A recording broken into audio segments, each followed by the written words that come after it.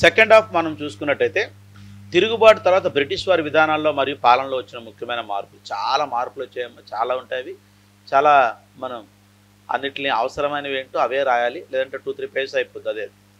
So మొట్టమొదటిగా మనం చూస్తే ఈస్ట్ ఇండియా కంపెనీ పాలన రద్దయింది.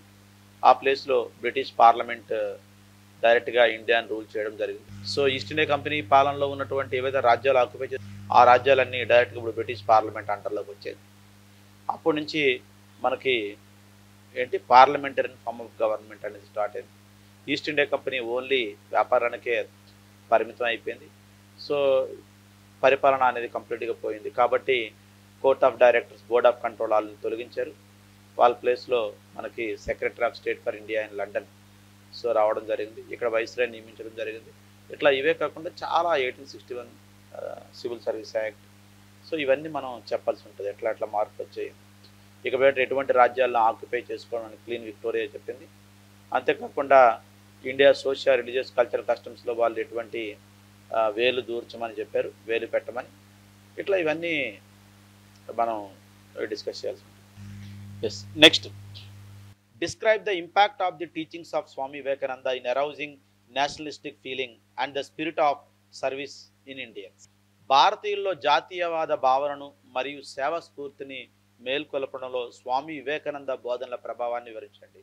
ఇందాక మనం చెప్పాం, వ్యక్తిగతంగా కూడా, అంటే వ్యక్తి చేసిన కాంట్రిబ్యూషన్ కూడా అడగచ్చు. రాజా రామ్మోహన్ రాయ్ గారు కానీ, దయానంద్ సరస్వతి గారు కానీ. ఇట్లా ఇక్కడ మనకి ఏంటమ్మా, మనకి స్వామి వివేకానంద గారు ఎటువంటి జాతీయవాద భావనని, సేవా స్ఫూర్తిని భారతీయుల్లో మేలుకొల్పారో అది చెప్పాలి. ఎట్లా అతని బోధనల ద్వారా ఎట్లా మేలుకొల్పారు. Next, describe the contribution of Narayana Guru in social awakening and the result of his teachings on society. ఇకపోతే ఇక్కడ కూడా సింగిల్ పర్సన్ గురించి ఆడడం జరిగింది. నారాయణ గురు లేదా నాను హసన్ అంటారు. అతను ఈ సాంస్కృతిక జాగృతిలో, అంటే మనం దాన్ని ఏమంటామో సోషల్ అవేకనింగ్లో మనం నారాయణ గురు తాలూకు పాత్రని, అలాగే సమాజంపై ఆయన బోధనల ఫలితాన్ని వివరించమని రావడం జరిగింది. నెక్స్ట్ ఇకపోతే fifth question, discuss the contribution of the revolutionary Nationalist to the freedom movement and their impact on the British rule. Discuss the contribution of the revolutionary Nationalist to the freedom movement and their impact on the British rule. అంటే మనకి మితవాదులు, అతవాదులు, Gandhian యుగంలో ఉండేటటువంటి వీళ్ళు మాత్రమే కాకుండా ఐఎన్సీకి బయట ఒక group ఉందమ్మా, అది రెవల్యూషనరీ నేషనలిస్ట్ అంటాం. ఎస్, వీళ్ళు ఫ్రీడమ్ మూమెంట్కి ఎటువంటి కాంట్రిబ్యూషన్ చేశారు, మనకి భగత్ సింగ్, రాజ్గురు, సుఖదేవ్, చంద్రశేఖర్ ఆజాద్ వీళ్ళందరూ ఎట్లాంటి కాంట్రిబ్యూషన్ చేశారు. అట్లానే there impact on the British rule, స్వతంత్ర ఉద్యమంలో విప్లవ జాతీయవాదుల పాత్రని మరియు బ్రిటిష్ పాలనపై వారి ప్రభావాన్ని వివరించండి. అది మనం వాళ్ళు ఎటువంటి చేశారు ఏంటి. అట్లానే మనకి వీళ్ళు రెండుగా ఉన్నారు. ఒకటి మనకి ఫస్ట్ ఫేజ్, సెకండ్ ఫేజ్ ఉన్నారు. అట్లా కాకుండా ఇండియా నుంచి ఉన్నారు, అబౌట్ మనకి ఫారెన్ నుంచి కూడా ఉన్నారు. ఫారెన్ వెళ్ళి అక్కడి నుంచి వాళ్ళ పత్రికల ద్వారా వాళ్ళు ప్రజల్ని అవేర్ చేసి సో ఫైట్ చేసిన వాళ్ళు కూడా మనకి ఉన్నారు. సో కాబట్టి వీళ్ళందరి గురించి మనం ఎట్లా వీళ్ళ కాంట్రిబ్యూషన్ ఏంటో మనం చెప్పాలి. Gandhi was a politician among saints and Saint among politicians. Discuss, అంటే గాంధీ ఋషులలో ఒక రాజకీయవేత్త, అట్లానే రాజకీయవేత్తల్లో ఒక ఋషి, వివరించండి అని చెప్పడం జరిగిందమ్మా. సో గాంధీజీ గురించి గారు ఇక్కడ కూడా మనకి ఒక సింగిల్ పర్సన్. సో కాబట్టి ఇక్కడ మనకు చూస్తే 3 క్వశ్చన్స్ ఉన్నాయి. ఒకటి ఇందులో నారాయణ గురు, స్వామి వివేకానంద, గాంధీజీ. ఇది మనకి 2017 ఏపీపీఎస్సీ క్వశ్చన్ పేపర్. ఇకపోతే 2016 తెలంగాణ క్వశ్చన్ పేపర్ చూద్దాం. 2016 తెలంగాణ క్వశ్చన్ పేపర్. తెలంగాణలో అప్పుడు ఎగ్జామ్ జరిగిందమ్మా 2016లో. అయితే 2016లో మనకి తెలంగాణ గ్రూప్ 1లో హిస్టరీ నుంచి వచ్చినటువంటి క్వశ్చన్స్ ఏంటో మనం చూద్దాం. సో దీని ద్వారా మనకు కొంచెం క్లారిటీ వస్తుంది. మనకి టీఎస్పీఎస్సీ, ఇప్పుడు టీజీపీఎస్సీ కాబట్టి ఈ టీఎస్పీఎస్సీ ఇంతకుముందు ఇచ్చినటువంటి క్వశ్చన్లు ఏంటో మనం చూద్దాం. ఎస్, మనకి పేపర్ 2లో సెక్షన్ 1లో first question, compare and contrast the salient features of Indus and Vedic civilization. Compare and contrast the salient features of Indus and Vedic civilization. Sindhu మరియు వైదిక నాగరికతల లక్షణాలకు సంబంధించినటువంటి పోలికలు వ్యత్యాసాలు తెలపండి. కంపేర్ పోలికలు, కాంట్రాస్ట్ వ్యత్యాసాలు తెలపండి. అంటే మనకి 2500 నుంచి 1500 వరకు 1000 ఇయర్స్ ఉన్నటువంటి వెలిసిల్లినటువంటి ఇండస్ వ్యాలీ సివిలైజేషన్లో ఉన్నటువంటి లక్షణాలు, అంటే ముఖ్య లక్షణాలు సాలెంట్ ఫీచర్స్. అలాగే మనకి 1500 to 600 వరకు ఉన్నటువంటి వైదిక నాగరికత ఏదో అక్కడ ఉన్నటువంటి ముఖ్య లక్షణాల మధ్య పోలికలు చెప్పాలి ఏమున్నాయో, అలాగే వ్యత్యాసాలు కూడా చెప్పాలి. Next question, assess the salient features of Jainism and Buddhism. జైన బౌద్ధ మతాల ముఖ్య లక్షణాలను వివరించండి. Salient features of both Buddhism and Jainism ఇక్కడ డిస్కస్ చేయమని, అసెస్ చేయమని చెప్పడం జరిగింది. Next, examine the influence of Islam on Indian culture with suitable examples. భారతీయ సంస్కృతిపై ఇస్లాం ప్రభావం ఎట్లా ఉందో మనం ఎట్లా చెప్పాలి, సోదాహరణంగా పరిశీలించండి. అంటే కొన్ని ఎగ్జాంపుల్స్ ఇస్తూ మనం చెప్పాలి ఇక్కడ. Next, analyse the socio economic conditions under the Vijayanagara rulers. So Vijayanagara రాజుల పరిపాలనా కాలంలో మనకి నెలకొన్నటువంటి సామాజిక ఆర్థిక పరిస్థితులను విశ్లేషించండి అని చెప్పడం జరిగిందమ్మా. ఏంటది? Socio economic conditions. Analyse the socio economic conditions. Socio economic కండిషన్స్ని విశ్లేషించండి. ఎవరి కాలంలో? విజయనగర రాజుల కాలంలో సామాజిక ఆర్థిక పరిస్థితులు. Next, bring out the significance of Gandhian era in Indian freedom struggle. దానికంటే ముందు ఇంకొక క్వశ్చన్ ఉందమ్మా. Critically examine the resistance of Indian powers against the British rule and the reasons for their failure.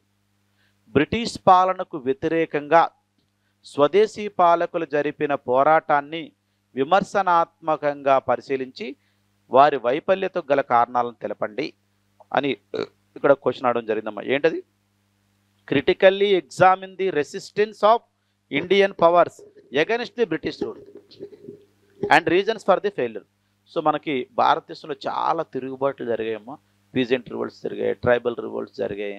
అలా కాకుండా ఇండియన్ నేషనలిస్ట్ వాళ్ళ వేల్లో వాళ్ళు British వాళ్ళకు వ్యతిరేకంగా తిరుగుబాటు చేశారు. కానీ బ్రిటిష్ వాళ్ళు అన్ని పోరాటం ఎట్లా ఉన్నా ఆ పోరాటాన్ని ఆప్ చేశారు.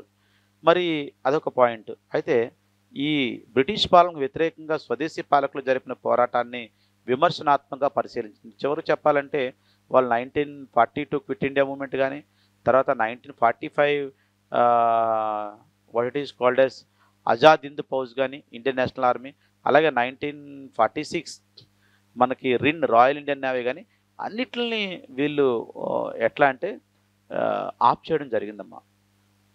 అందుకే బ్రిటిష్ పాలనకు వ్యతిరేకంగా స్వదేశీ పాలకులు జరిపిన పోరాటాన్ని విమర్శనాత్మకంగా పరిశీలించి వారి వైఫల్యతకు గల కారణాలు తెలండి. ఎందుకు ఓడిపోయారు అన్నదానికి కారణాలు చెప్పమని చెప్తుంది. Critically examine the resistance of Indian powers against the British rule and the reasons for their failure. కారణాలు ఏంటి అనేది చెప్పాలి. Next question, bring out the significance of Gandhian era in Indian freedom struggle. భారత స్వతంత్ర పోరాటంలో గాంధీ శకానికి గల ప్రాముఖ్యతను వివరించండి. మనం ఇందాక చెప్పుకున్నాం, ఎప్పుడు గాంధీ శకం 1920 to 1947. సో ఈ కాలంలో ఈ గాంధీ శకానికి అంటే అప్పుడు ఏంటి, మనకి మితవాదుల్లో ఓన్లీ అర్బన్ అప్పర్ క్లాసే పార్టిసిపేట్ చేశారు. అతివాదుల్లో urban upper middle lower class అందరూ పార్టిసిపేట్ చేశారు. అయితే రూరల్ క్లాస్ పార్టిసిపేట్ చేయలేదు. కానీ మనకి గాంధీ ఎరాలో urban upper middle lower, rural upper middle lower అంటే అందరూ పార్టిసిపేట్ చేశారు. సో కాబట్టి ఇక్కడ మనకి ఇప్పుడు ఒక పాయింట్ ఏంటంటే, bring out the significance of Gandhi ఎరా ఇన్ ఇండియన్ ఫ్రీడమ్ స్ట్రగుల్. భారత స్వతంత్ర పోరాటంలో గాంధీ శకానికి గల ప్రాముఖ్యతను మనం చెప్పాలి. 1920 నుంచి 1947 వరకు జరిగిన పరిస్థితులు. Next, analyse the rise and features of anti caste, Dalit and non Brahmin movement in modern India. ఆధునిక భారతదేశంలో కుల వ్యతిరేక, దళిత, బ్రాహ్మణేతర ఉద్యమాల ఆవిర్భావం లక్షణాలను విశ్లేషించండి అని. ఫస్ట్ కులానికి వ్యతిరేకంగా జరిగిన మూమెంట్లు క్యాస్ట్ రివోల్ట్స్, దళిత రివోల్ట్స్, ఓన్లీ దళిత రివోల్ట్స్, బ్రాహ్మణేతర ఉద్యమాలు అంటే బ్రాహ్మణేతర అంటే బ్రాహ్మణులు కాకుండా ఇతర ఉద్యమాలు ఆవిర్భావం చెప్పండి, అలాగే లక్షణాలను విశ్లేషించండి అని అనడం జరిగిందన్న. Next, compare and contrast the salient features of Brahma Samaj and Arya Samaj movement and their impact on the Indian society. Brahma Samajam, Arya Samaj the most important reform societies, Brahma Samajam and Arya Samaj in the 19th century. ఈ రెండిట్ల మధ్య ముఖ్య లక్షణాలు అంటే సాలియంట్ ఫీచర్స్ ఏవైతే ఉన్నాయో అవి ఉద్యమాల ముఖ్య లక్షణాలు, ప్రభావానికి సంబంధించి పోలికలు వ్యత్యాసాలు తెలపండి. ప్రభావానికి అంటే ఏంటమ్మా, దానికి compare and contrast the salient features of Brahma Samaj and Arya Samaj and their impact on the Indian society. వాటి ప్రభావం భారత సమాజంపై ఎట్లా ఉందో చెప్పాలి. Next, discuss the role of leftist parties in anti feudal and anti colonial struggles. భూస్వామ్య వ్యతిరేక, వలసవాద వ్యతిరేక పోరాటాల్లో వామపక్షాల పాత్రను చర్చించండి. Discuss the role of leftist parties in anti feudal and anti colonial struggles. అయితే మనకి ఈ వామపక్షాలు ఏవైతే ఉన్నాయో లెఫ్టిస్ట్ పార్టీస్, ఇవి ఓన్లీ యాంటీ కొలోనియల్ మాత్రమే కాకుండా, అంటే ఏంటి, బ్రిటిష్ వాళ్ళకు వ్యతిరేకంగా మాత్రమే కాకుండా వాళ్ళు యాంటీ ఫ్యూడల్ కూడా, ఫ్యూడల్ లార్డ్స్కి వ్యతిరేకంగా చేయడం జరిగింది. అంటే ఈ ల్యాండ్ లార్డ్స్ ఎవరు అవుతున్నారో వాళ్ళకి. సో అందుకే ఇక్కడ క్వశ్చన్ ఏమి ఇచ్చారంటే భూస్వామ్య వ్యతిరేక, వలసవాద వ్యతిరేక రెండిట్లకి పోరాటాల్లో వామపక్షాల పాత్రని చర్చించండి, డిస్కస్. నెక్స్ట్, 1885 to 1947 మధ్య సంభవించిన రైతాంగ ఉద్యమాల ప్రభావాలను పరిశీలించండి. Examine the nature and impact of the peasant movement during 1885 to 1947. ఒక మాటలో చెప్పాలంటే 1885 నుంచి 1947 ఎవరు అండర్లో ఉన్నారమ్మా? భారతదేశంలో సగం భారతదేశం బ్రిటిష్ పార్లమెంట్ అండర్లో ఉంది, లేదా బ్రిటిష్ క్వీన్. సో ఆ కాలంలోనే 75 మేజర్ పీజెంట్ రివోల్ట్స్ ఏర్పడ్డాయమ్మా.